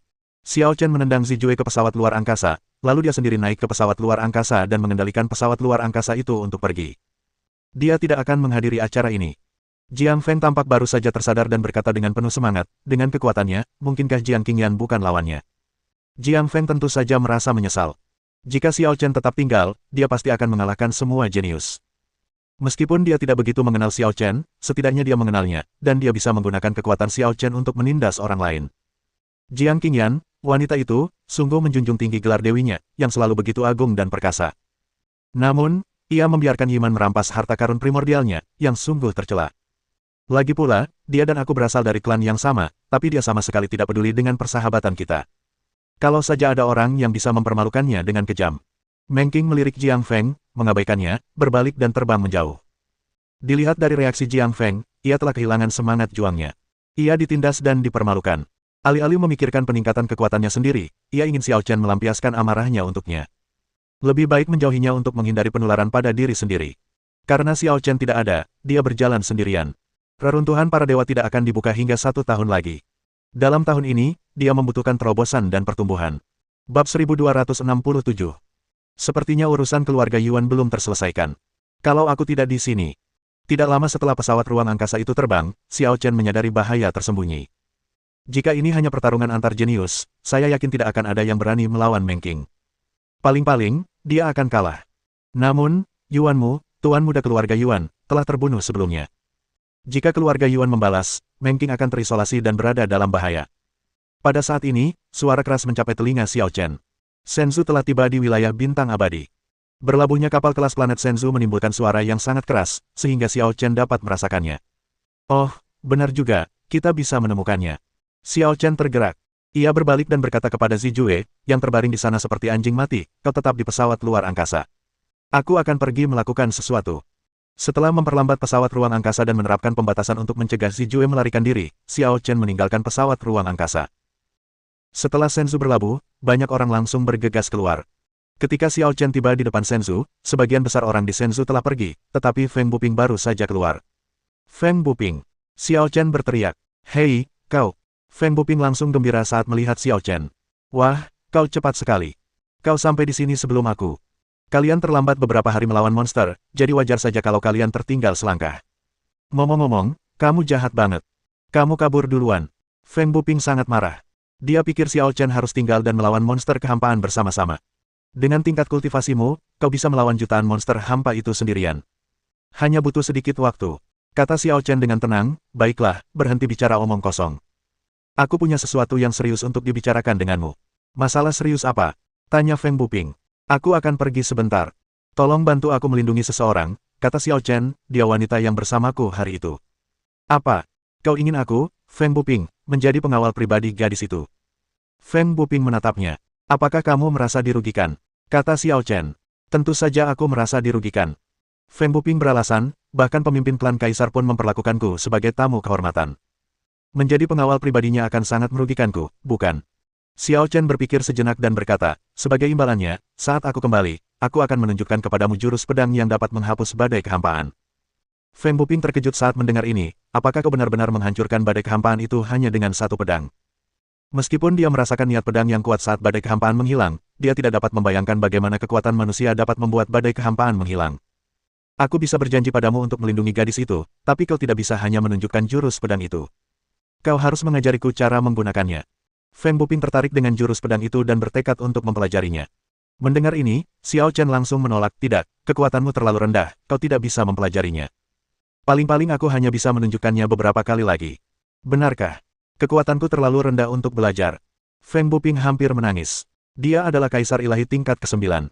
Selain para ahli kuno tingkat antik dari klan kekaisaran, siapa yang bisa mengalahkannya secara terbuka? Xiao Chen adalah seorang Hedao, dan Anda berani mengatakan bahwa kekuatannya terlalu rendah. Mungkinkah alasannya lebih salah lagi? Kalau kamu mendemonstrasikan triknya beberapa kali lagi, aku juga pasti bisa. Oke, aku janji. Feng Buping akhirnya setuju. Itu saja, aku akan mencoba kembali sebelum reruntuhan para dewa terbuka. Xiao Chen sangat tertarik pada peninggalan para dewa. Namun jika memang benar-benar tidak ada cara untuk kembali, maka kami hanya bisa berkata itu sangat disayangkan. Duan Qincang dan 12 istana jiwa naga jauh lebih penting baginya daripada satu relik pun. Setelah mengatakan itu, Xiao Chen terbang dan kembali ke pesawat ruang angkasa. Apa hantu kecil ini benar-benar Hedao? Kenapa dia merasa agak aneh? Feng Buping bergumam pada dirinya sendiri, lalu menggelengkan kepalanya dan terbang ke domain bintang abadi. Pada saat ini, dua wanita berjalan keluar dari Shenzhou. Saudari Zixian, bukankah itu senior Feng Buping? Xiao Chen ternyata kenal senior Feng Buping. Wajah Huang Qiuji penuh dengan keterkejutan. Nama Feng Buping sangat terkenal di alam Dewa Timur. Lagi pula, dia adalah master terbaik di ranah terbuka, dan dia adalah seorang kultivator biasa yang tidak terikat oleh kekuatan apapun. Para patriark dari 3 klan kekaisaran besar telah mengundangnya sebelumnya, tetapi dia menolak semuanya. Yah, sepertinya mereka punya hubungan spesial. Xiao Chen tidak menunjukkan rasa hormat kepada senior Feng, seolah-olah mereka sedang berbicara setara. Mata Zixian berkilat. Bagaimana mungkin seseorang yang memiliki hubungan dengan Feng Buping memiliki identitas yang sederhana? Sepertinya latar belakangnya memang luar biasa, tapi karakternya kurang terpuji. Saat para senior itu berhadapan dengan monster, dia membawa suster Mengqing dan melarikan diri, tiba di domain bintang abadi sebelum kita. Huang Qiuji punya kesan yang sangat buruk tentang Xiao Chen. Lupakan saja. Dia punya latar belakang seperti senior Feng Buping, jadi dia bisa menjelajahi alam Dewa Timur tanpa masalah. Percuma saja kau marah padanya, karena dia tidak akan berubah. Zixian tak berdaya, dan dari kata-katanya, dia tampak setuju dengan apa yang dikatakan Huang Qiuji.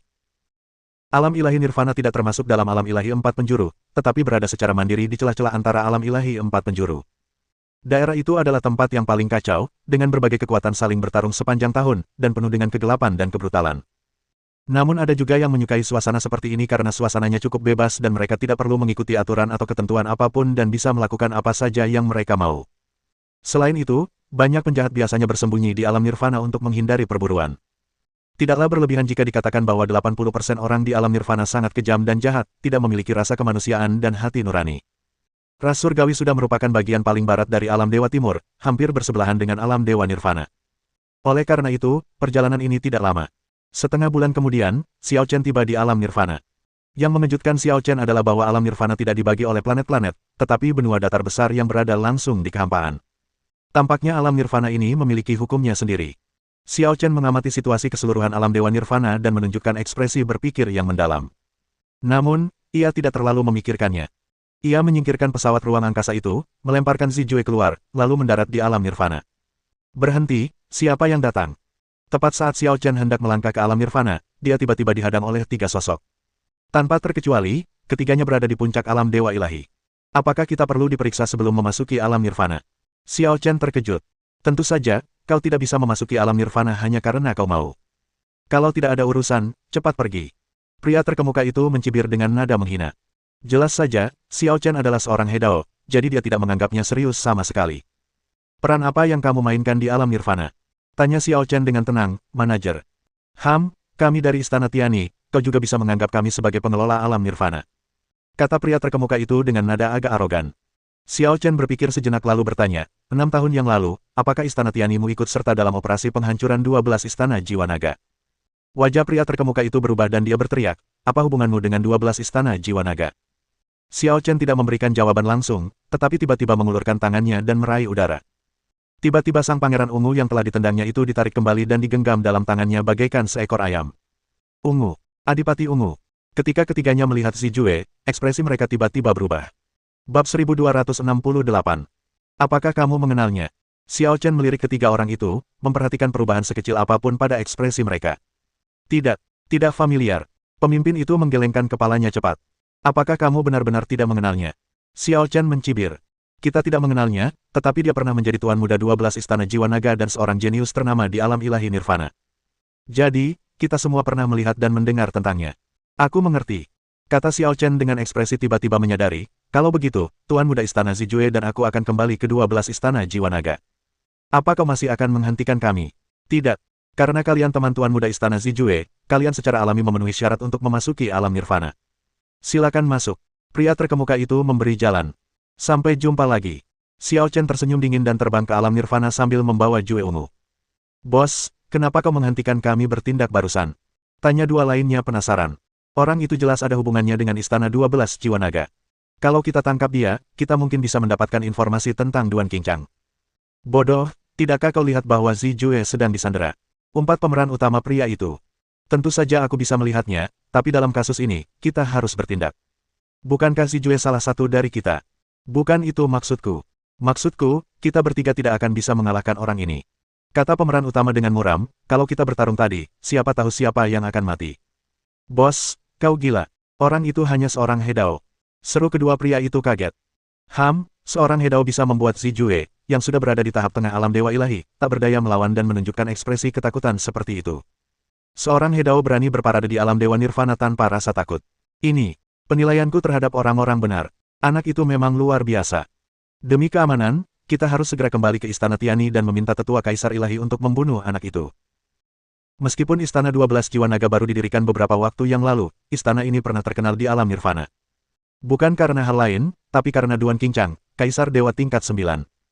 Saat Duan Qingchang pertama kali muncul di alam nirvana, dia seorang diri menghancurkan klan kuasi kaisar dan membunuh 3 kaisar dewa yang kuat, menggemparkan alam nirvana.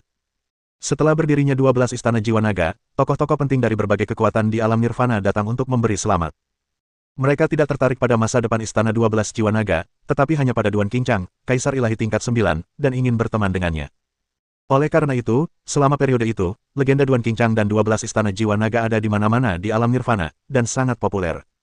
Tapi mungkin karena pohonnya terlalu besar dan menarik angin, atau mungkin ada maksud lain. 6 tahun yang lalu, 3 kekuatan kekaisaran yang selalu berhubungan baik dengan 12 istana jiwa naga tiba-tiba bergabung untuk menyerang. Pertama, mereka mengepung dan melukai Duan Qingchang dengan parah, lalu membantai penduduk 12 istana. Namun yang membingungkan adalah mereka tidak membunuh semuanya dan tidak menghancurkan sepenuhnya 12 istana jiwa naga. 6 tahun telah berlalu, dan istana jiwa 12 naga masih ada, tetapi keadaan dan orang-orang telah berubah. Hanya ada beberapa tetua dan selusin murid di istana. Ketika Xiao Chen melangkah ke 12 istana jiwa naga, ia mendapati areanya sangat luas. Sekilas pandang, ia menemukan puluhan istana. Namun, sebagian besar istana ini telah runtuh, dengan jejak-jejak perang yang nyata tertinggal. Kini, istana-istana tersebut terbengkalai dan tak terawat, membuatnya tampak semakin tandus. Dan lebih jauh lagi, terdapat setidaknya ratusan gunung yang bergelombang dan megah. Setiap gunung diselimuti kabut peri dan memiliki energi spiritual yang sangat kaya. Tempat ini sangat cocok untuk latihan spiritual. Xiao Chen terbang jauh-jauh, tetapi tidak melihat seorang pun untuk waktu yang lama, dan tidak ada yang menghentikannya. Akhirnya, ia mendarat di aula utama di timur. Di antara sekian banyak istana, hanya istana ini yang masih utuh dan menunjukkan tanda-tanda nyata dirawat.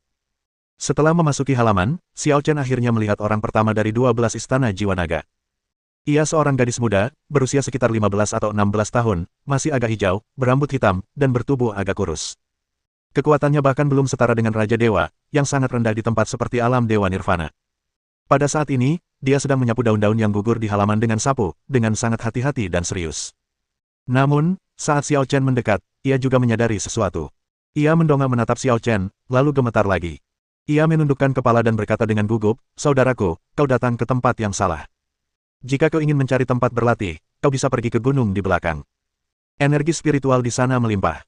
Mendengar ini, Xiao Chen bertanya dengan rasa ingin tahu, "Kamu tampaknya sangat takut padaku." "Tidak, tidak. Kamu salah paham, kakak." Gadis itu semakin gugup dan tergagap saat berbicara. Xiao Chen terdiam, tetapi di saat yang sama dia merasa sedikit kasihan. Ia baru saja menjelajah dan menemukan bahwa di puncak-puncak gunung yang tak berujung, terdapat banyak kultivator yang berlatih atau menyendiri, dan beberapa bahkan membangun gua-gua pribadi. Di antara mereka terdapat mereka yang telah mencapai Dao, beberapa yang telah mencapai alam dewa ilahi, dan mungkin bahkan seorang kaisar ilahi. Mengingat keadaan sulit istana 12 jiwa naga saat ini, tidak mungkin ada begitu banyak orang kuat. Dengan kata lain, mereka yang menduduki gunung itu bukan termasuk anggota 12 istana jiwa naga, melainkan orang-orang dari kekuatan lain yang datang ke sini untuk mempertaruhkan klaim mereka dan merebut tahta. Gadis itu jelas tidak mengenalnya, tetapi begitu membuka mulut, ia langsung memanggilnya, "Kakak senior." Jelas ia mengira pria itu murid dari kekuatan lain yang datang untuk menguasai daerah itu. "Siapa namamu?" tanya Xiao Chen. Sue Yan." Jawab gadis itu dengan suara rendah. 12 istana jiwa naga telah jatuh ke dalam kondisi seperti ini, mengapa kau tidak pergi? Xiao Chen menatap Sue Yan, tatapannya tak pernah beralih. "Ini rumahku. Kemana lagi aku bisa pergi jika aku pergi dari sini?" kata Sue Yan sedih. "Selain kamu, ada berapa orang lagi di 12 istana jiwa naga?" tanya Xiao Chen lagi. Kali ini, Sue Yan tidak langsung menjawab. Ia mendongak dan menatap Xiao Chen beberapa kali dengan ekspresi rumit. Karena Xiao Chen berbeda dari orang-orang yang pernah ditemuinya sebelumnya, pertanyaan-pertanyaan yang diajukannya sangat aneh. Melihat tatapan waspada Sue Yan, Xiao Chen tersenyum tak berdaya. "Sue Yan, jangan khawatir, aku bukan orang jahat, aku hanya ingin bergabung dengan 12 istana jiwa naga." Bergabung dengan 12 istana jiwa naga. Sue Yan terkejut dan menunjukkan ekspresi yang luar biasa. Kini, 12 istana jiwa naga hanya tinggal namanya saja. Hanya dia dan beberapa tetua yang bernostalgia yang masih bertahan di sini, berjuang melewati masa-masa sulit. Dalam situasi ini, apakah ada yang ingin bergabung? "Kamu gila. Kakak senior, jangan menggodaku lagi." Sue Yan tersenyum getir. Ia pikir Xiao Chen pasti sedang mengolok-oloknya. "Xiao Yan, apa yang terjadi?" Seorang lelaki tua berjalan keluar dari halaman dalam dan melihat Sue Yan sedang berbicara dengan seorang pemuda yang tidak dikenalnya. Ia segera menghampiri dengan cemas, takut terjadi sesuatu. "Tuan, bolehkah saya bertanya siapa Anda?"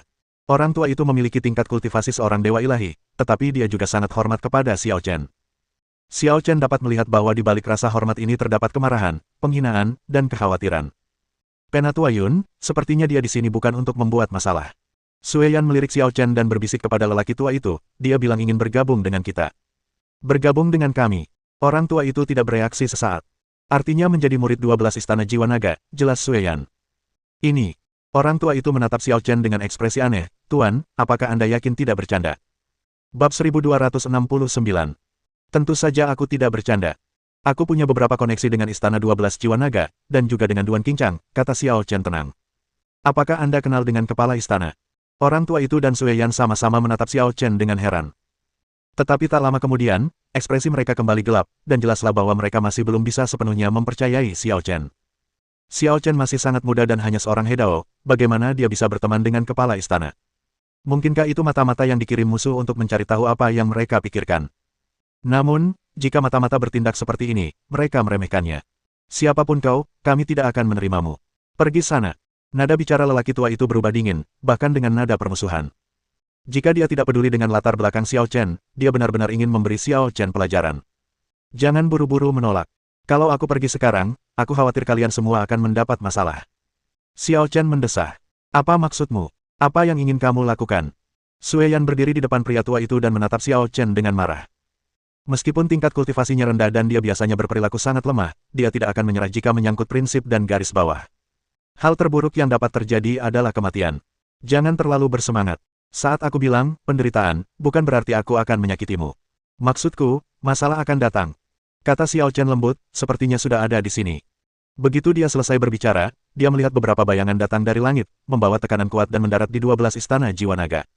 Ya Tuhan! Kaisar Dewa yang kuat! Orang tua itu memandang kelima sosok yang turun dengan ekspresi ngeri. Karena pihak lain tidak menyembunyikan apapun, tingkat kultivasi spesifiknya dapat langsung dilihat dari auranya. Salah satu dari 3 dewa tertinggi memiliki kekuatan beberapa kali lipat lebih kuat darinya. Ada 2 kaisar dewa, 1 di tingkat ketiga, dan 1 di tingkat keempat, dan mereka adalah makhluk yang hanya bisa ia kagumi. Ah, Tetua Yun. Mereka sepertinya dari Istana Tiani. Apa yang mereka lakukan di sini? Sue Yan sangat ketakutan hingga wajahnya memucat. Aku tidak tahu, Xiao Yan, kamu tetap di sini saja, aku akan keluar dan melihatnya. Meskipun lelaki tua itu ketakutan setengah mati, dia tahu bahwa dia tidak dapat melarikan diri, jadi dia hanya bisa menerima kenyataan dan terbang untuk menghadapinya. Sue Yan sedikit ragu, tetapi tidak menuruti perintah itu. Ia menggertakkan giginya dan mengikuti Tetua Yun. 5 guru besar Istana Tiani tiba bersama-sama dan dengan sengaja melepaskan tekanan yang kuat. Tak seorang pun dalam radius 1000 mil pun menyadari gerakan ini. Di atas pegunungan yang bergelombang, banyak sekali orang yang tengah berlatih dalam pengasingan terbang keluar dan berputar-putar di udara untuk menonton. Mengapa para kaisar dewa yang berkuasa di Istana Tiani datang ke sini? Jelas dia datang dengan niat buruk. Pergi dan sapa dengan cepat, agar tidak terlibat. Orang-orang ini bukan berasal dari 12 Istana Jiwa Naga, tetapi mereka menyaksikan kemerosotan 12 Istana Jiwa Naga dan menduduki puncak-puncak spiritual yang cocok untuk kultivasi, yaitu, mereka memagari tanah mereka. Saat ini, orang-orang kuat dari Istana Tiani datang dengan sangat cepat. Untuk menghindari kesalahpahaman, mereka harus pergi dan menyapa terlebih dahulu. Jun Yuan dari klan Li, salam untuk senior Istana Tiani. Xiang Maofei dari Pavilion Lingyu memberi salam kepada senior dari Istana Tiani. Klan Api, Sekte Akabane. Mereka yang datang ke sini untuk mengklaim tanah memiliki tingkat kultivasi yang tidak terlalu tinggi atau terlalu rendah, dan sebagian besar dari mereka berada di alam Hedao dan Senjun. Semua orang memberi hormat kepada 2 kaisar dewa yang berkuasa satu persatu dengan sikap yang sangat hormat. Baiklah, kita di sini hari ini hanya untuk 1 orang. Ini tidak ada hubungannya denganmu. Minggir, kata kaisar dewa tingkat ketiga dengan tidak sabar. 12 Istana Jiwa Naga selama ini berada di bawah pengawasan Istana Tiani. Tentu saja, Istana Tiani tahu semua tentang orang-orang yang datang untuk merampas tanah ini, tetapi mereka hanya menutup mata dan menurutinya. Saya, Yun Zhao, memberi salam kepada para senior Istana Tiani. Tetua Yun dan Sue Yan melangkah maju, bertanya dengan gugup, bolehkah saya bertanya siapa yang kalian cari? Kami mencari seorang pemuda dengan tingkat kultivasi Hedao, yang baru saja datang ke tempatmu, kata kaisar dewa tingkat 3 yang kuat itu dengan dingin. Ah! Yun Zhao dan Sue Yan keduanya terkejut. Bukankah itu Xiao Chen? Mungkinkah Xiao Chen menyinggung Istana Tiani dan berlari ke sini untuk mencari perlindungan? Tapi dia hanya seorang Hedao, apakah perlu mengerahkan kekuatan sebesar itu? Apakah kau mengenalnya? Tanya kaisar dewa tingkat ketiga. Tidak, aku tidak mengenalnya. Yun Zhao langsung berkata, senior, kau tahu selain Sue Yan, hanya ada aku dan beberapa orang tua cacat yang tersisa di 12 Istana Jiwa Naga. Bagaimana mungkin ada anak muda? Kau yakin? Nada bicara kaisar dewa tingkat ketiga terdengar serius. Kami yakin, kami tidak saling kenal, tegas Yun Zhao. Penatua Yun, tidak pantas bagimu berbohong dengan mata terbuka seperti ini. Kita baru saja bertemu, bagaimana mungkin kita tidak saling mengenal? Dengan suara malas, Xiao Chen berjalan keluar dari samping, datang di depan Yun Zhao dan Sue Yan, dan menatap langsung kelima penguasa Istana Tiani. Suasana tiba-tiba hening sejenak, dan semua orang menatap Xiao Chen dengan heran. Faktanya, siapapun yang memiliki sedikit akal sehat akan mengerti bahwa Yun Zhao sedang menutupi sesuatu dan bahwa dia pasti telah melihat orang yang dicari Istana Tiani. Tapi selama Istana Tiani tidak punya bukti, mereka tidak bisa berbuat apa-apa terhadap Yun Zhao. Siapa yang mengira bahwa pada saat kritis ini, Xiao Chen berlari keluar seorang diri? Apa operasi ini? Apa kau gila? Sue Yan menatap Xiao Chen dengan kaget dan marah, bertanya-tanya apakah Xiao Chen punya masalah dengan otaknya. Penatua Yun tampaknya telah menyembunyikannya untukmu, tetapi alih-alih memanfaatkan kesempatan untuk menyelinap pergi, kamu malah kabur sendirian. Bukankah ini merugikan diri sendiri dan orang lain? Tuan Pelindung, itu dia. Ketiga pria di puncak alam Dewa Ilahi menunjuk Xiao Chen dan berteriak. Heh, Yun Zhao, bukankah kau bilang kau tidak mengenalnya? Kaisar Dewa tingkat ketiga mencibir. Ini. Yun Zhao begitu cemas hingga keringatnya mengucur deras, dan dia tidak bisa berkata apa-apa kepada Xiao Chen. Jika dia tahu ini akan terjadi, dia akan mengkhianati Xiao Chen. Baiklah, jangan membuatnya malu. Karena kau mencariku, jujur saja. Xiao Chen berkata dengan tenang, apa yang ingin kau lakukan dengan mengirimkan dua Kaisar Dewa? Wah, kau benar-benar tidak punya kesadaran diri. Pria terkemuka Dewa Ilahi itu mencibir, di mana si Jue? Serahkan dia. Duke Ungu. Ekspresi Yun Zhao dan Sue Yan berubah drastis saat mendengar ini. Zijue dulunya adalah kepala istana muda mereka, bagaimana mungkin mereka tidak mengenalnya?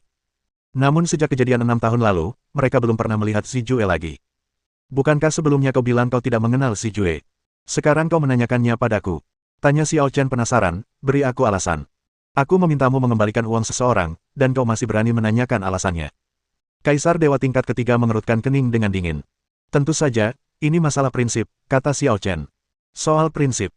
Kaisar Ilahi tingkat ketiga terkejut, lalu tertawa cepat. Yah, hanya seorang Hedao, apakah kau cukup layak untuk berbicara tentang prinsip di hadapan Kaisar ini? Begitu dia selesai berbicara, dia membuka tangannya yang besar, dan kekuatan agung itu bagaikan lautan yang terbalik, menghantam Xiao Chen. Anak ini benar-benar cari mati. Orang-orang di sekitarnya terus mencibir, tanpa rasa simpati di hati mereka, hanya rasa jijik.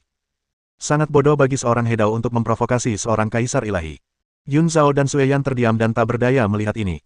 Xiao Chen sendiri yang meminta kematian, jadi dia tidak bisa menyalahkan orang lain. Tetapi begitu Xiao Chen meninggal, giliran mereka yang terlibat. Pada saat ini, mereka bahkan curiga bahwa Xiao Chen sengaja mencari kematian, lalu menyeret mereka ke dalam air dengan cara yang kejam. Bab 1270. Satu-satunya orang di tempat kejadian yang tidak mengutuk Xiao Chen adalah Kaisar Ilahi tingkat keempat yang tetap diam. Namanya Shen Kun, dan dia adalah Tetua Agung Istana Tiani. Dia memegang posisi yang sangat tinggi di istana. Di seluruh Istana Tiani, hanya ada 3 orang yang tingkat kultivasinya lebih tinggi darinya. Oleh karena itu, pikirannya jauh lebih teliti dan hati-hati daripada orang biasa. Ia tidak pernah buta dan selalu berpikir 2 kali sebelum melakukan apapun. Misalnya, kali ini, ketika 3 dewa-dewa melaporkan masalah Xiao Chen dan Zijue, banyak orang di Istana Tiani tidak setuju, berpikir bahwa seorang Hedao kecil seperti semut dan dapat ditangani hanya dengan mengirim seseorang. Namun dia tidak berpikir begitu.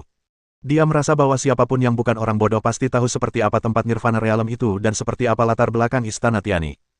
Kalau dia benar-benar seorang Hedao, beranikah dia bertindak sekeji itu? Jadi dia khawatir dan datang ke sini secara langsung. Tidak semudah itu. Kesadaran Shen Kun setingkat Kaisar Ilahi terkunci erat pada Xiao Chen. Bagaimana Xiao Chen akan bereaksi saat menghadapi serangan dari Kaisar Dewa tingkat ketiga? Nak, menyerah saja dan dibunuh. Kaisar Dewa tingkat ketiga tidak menggunakan jurus khusus apapun, melainkan hanya mengangkat telapak tangannya dan menekan ke arah Xiao Chen. Namun, meskipun begitu, momentum dahsyat itu masih sebanding dengan jatuhnya planet, yang sangat mengerikan. Banyak Raja Dewa yang kuat di sekitar merasa ketakutan dan mundur 10 kaki, takut kalau mereka akan terkena dampaknya. Menurut pendapat mereka, Xiao Chen hanyalah seorang Hedao, dan dia pasti akan mati di bawah telapak tangan ini dan dipukuli menjadi abu tanpa keraguan. Ini benar-benar merepotkan. Namun Xiao Chen mendesah tak berdaya dan menjentikkan jarinya. Panggilan. Kilatan cahaya pedang pamungkas, seperti evolusi dao besar, melesat melintasi langit. Mendesis. Kehampaan itu bagaikan sepotong kain, terpotong oleh cahaya pedang. Kemudian, engah. Kaisar Dewa tingkat ketiga yang arogan dan mendominasi langsung ditusuk alisnya, dan darah Kaisar berceceran keluar. Ah! Teriakan yang lebih dahsyat dari kutukan sang iblis, menggugah hati rapuh setiap orang. Bagaimana itu mungkin? Shen Kun benar-benar kehilangan ketenangannya dan tak bisa lagi diam dan tenang. Jantungnya berdebar kencang. Dia memang berwawasan luas dan berpandangan jauh ke depan. Ketika semua orang mengejek dan membenci Xiao Chen, dialah satu-satunya yang menganggap Xiao Chen bukan orang biasa dan waspada terhadapnya. Namun, dia tidak pernah menyangka Xiao Chen akan sekuat itu. Hanya dengan jentikan jari, dia langsung membunuh Kaisar Dewa tingkat ketiga. Kalau dia saja begitu, apalagi yang hadir di sana. Meneguk. Banyak orang menelan ludah mereka, wajah mereka pucat karena ketakutan. Palsu, palsu, kan? Senior pasti meremehkan musuh. Bagaimana mungkin He Dao bisa melukai Kaisar Dewa? Ya Tuhan, aku pasti bermimpi, dunia ini gila. Seseorang merasakan kulit kepalanya kesemutan dan diam-diam mundur beberapa langkah, seolah ingin melarikan diri dari sini. Ah, kamu tidak berada di alam He Dao, siapa kamu? Dahi Kaisar Dewa tingkat ketiga tertembak, tetapi jiwanya tampaknya belum sepenuhnya musnah dan dia masih memiliki jejak kesadaran. Pada saat itu, dia sedang dalam keadaan gila, tubuhnya bergoyang ke sana kemari dan berbicara omong kosong. Namun pada saat yang sama, kekuasaannya sebagai Kaisar Dewa meningkat pesat. Membunuhmu, aku akan membunuhmu. Wajah Kaisar Dewa tingkat ketiga itu ganas dan mengerikan, dan ia benar-benar kehilangan akal sehatnya. Satu-satunya pikiran yang tersisa di benaknya adalah membunuh Xiao Chen dan melenyapkan ancaman besar bagi Istana Tiani. Kau benar-benar sampah. Namun, sikap Xiao Chen tiba-tiba berubah. Kemalasannya memudar, digantikan oleh rasa dingin yang menusuk tulang, dan ia tak terpahami. Dalam keadaan tak sadarkan diri, dia mengangkat telapak tangannya pelan-pelan, dan seketika telapak tangannya berubah menjadi hantu setinggi 1000 kaki, yang digenggamnya begitu saja. Ledakan. Kaisar Dewa tingkat ketiga hancur seperti semut, dan kabut darah melayang, menginfeksi seluruh langit. Kali ini dia benar-benar mati, jiwa dan raganya hancur, tak ada sedikit pun jejaknya yang tersisa. Menghancurkan Kaisar Dewa dengan satu tangan. Adegan ini 100 kali lebih dahsyat daripada sebelumnya, dan membuat banyak orang pingsan. Mereka tak bisa menerima hasil ini. Ayo pergi, ayo pergi. Shen Kun berteriak ngeri, lalu berbalik dan lari. Bisakah kamu pergi? Xiao Chen berubah menjadi tangan hantu sepanjang 1000 kaki dan menjangkau kehampaan. Kekuatan penahan yang mengerikan langsung memenjarakan Shen Kun, membuatnya tak bisa bergerak. Sedangkan untuk tiga lelaki yang ketakutan di alam dewa ilahi, Xiao Chen menebas mereka hingga menjadi kabut berdarah dengan pedangnya yang dihunus, tidak meninggalkan jejak sedikit pun pada tubuh mereka. Cepat, terlalu cepat. 4 dari 5 orang terkuat di Istana Tiani terbunuh dalam sekejap mata, dan yang lainnya dipenjara dan tidak bisa bergerak. Metode gemuruh seperti ini sungguh mengerikan dan di luar kemampuan siapapun. Jawab beberapa pertanyaanku, dan mungkin aku bisa menyelamatkan nyawamu. Xiao Chen menatap Shen Kun dan kembali ke ekspresi tenangnya, seolah-olah orang yang baru saja membunuh keempat orang kuat seperti iblis bukanlah dia sama sekali. Shen Kun gemetar sekujur tubuhnya. Bagaimana mungkin dia tidak mengerti saat ini bahwa Xiao Chen begitu kuat sehingga dia pasti merupakan bantuan eksternal yang diundang oleh Istana Jiwa Naga 12, atau setidaknya memiliki hubungan dengan Istana Jiwa Naga 12. Jika dia menjawab pertanyaan itu, dia akan mati. Masalah ini belum terpecahkan. Sambil mendengus marah, Shen Kun tiba-tiba meledakkan 10 uratnya dan dengan paksa melepaskan diri dari beberapa ikatan. Pada saat yang sama, sebuah kekuatan dunia menyelimutinya, dan ia menghilang begitu saja. Sosok dan napas itu menghilang sepenuhnya. Hei, kenapa dia menghilang? Apa dia pakai cara rahasia buat kabur? Semua orang terkejut. Tidak, teknik rahasia apapun pasti akan meninggalkan jejak dan aura, tapi senior Shen Kun benar-benar menghilang begitu saja, seolah-olah dia telah bersembunyi di dimensi lain. Dunia batin. Banyak orang mengerti. Shen Kun memiliki dunia batin yang mandiri, dunianya sendiri. Di saat kritis ini, ia bersembunyi di dunianya sendiri. Kalau kau bersembunyi di dunia batin, kau tak bisa bergerak. Itu artinya Shen Kun masih dekat, hanya satu dimensi jauhnya, jadi kita tak bisa menemukannya. Kita tidak bisa berbuat apa-apa padanya dengan cara ini. Jika dia tidak kembali ke Istana Tiani pasti akan mengirim orang-orang kuat untuk menemukannya. Dengan begitu, Shen Kun akan bisa keluar dari dunia batinnya lagi. Semua orang berbicara dengan suara pelan, mata mereka kembali tertuju pada Xiao Chen. Meskipun dia tidak bisa berbuat apa-apa pada Shen Kun, tindakan Xiao Chen hari ini sudah mengejutkan. Kemunculan orang sekuat itu di alam nirvana, dan permusuhannya terhadap Istana Tiani, pasti akan menyebabkan badai berdarah di Istana Tiani. Namun, Duan Qingchang adalah kaisar ilahi tingkat 9 yang kuat pada saat itu, tetapi ia masih dikepung dan dikalahkan. Xiao Chen begitu terkenal sehingga ia langsung menghabisi para ahli Istana Tiani dan melindungi 12 Istana Jiwa Naga. Apakah ia tidak takut mengulangi kesalahan yang sama? Dunia batin. Xiao Chen bergumam pada dirinya sendiri. Seperti kata pepatah, kenapa harus pakai palu godam untuk membunuh ayam?